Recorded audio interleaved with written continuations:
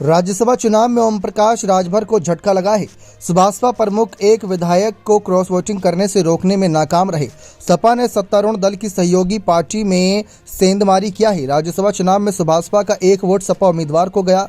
हालांकि ओम प्रकाश राजभर ने इस बात से इनकार किया हो, लेकिन उन्होंने सुभाषपा विधायक के क्रॉस वोटिंग करने की खबर का खंडन किया।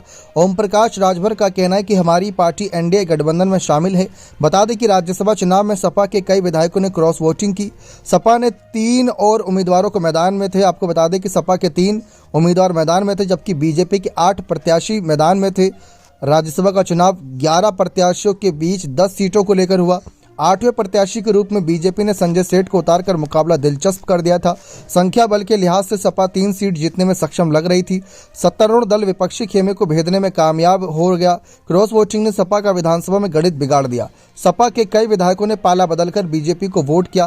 क्रॉस वोटिंग की खबर पर सपा प्रमुख अखिलेश यादव और शिवपाल सिंह यादव ने बीजेपी पर जबरदस्त हमला बोला। शिवपाल सिंह यादव की सख्त चेतावनी का भी बागियों पर असर नहीं हुआ। सुभाषपा भी क्रॉस वोटिंग रोकने में नाकाम रही। हालांकि 6 विधायकों में से 5 ने मुख्यमंत्री योगी आदित्यनाथ से मुलाकात कर बीजेपी के पक्ष में मतदान करने का भरोसा दिलाया था। अब एक विधायक का वोट सपा के खेमे में जाने का ओम प्रकाश राजभर ने खंडन तो किया है, लेकिन क्या ये सच्चाई है, ये तो आने वाला वक्त ही बताएगा। लेकिन इस बीच आपको जानकारी दे दें कि सुभाषपा के कई विधायक समर्थन में आने की चर्चा इस वजह से थी क्योंकि जब उत्तर प्रदेश विधानसभा चुनाव हुआ था तो अखिलेश और ओपी राजभर तब साथ थे, और ओपी राजभर के जो 6 विधायक चुनकर आए थे वह सपा के समर्थन से ही चुनकर आए थे। सपा सुभाषपा सब एक साथ थे, तभी वह कमाल हो पाया था, नहीं तो वह कमाल नहीं हो पाता। ऐसी स्थिति का सामना किया था। इस वजह से विधायक जानते हैं कि बीजेपी के दम से नहीं बल्कि सपा के दम से वह चुने गए थे। इस वजह से क्रॉस वोटिंग की खबरें सुभाषपा से थीं।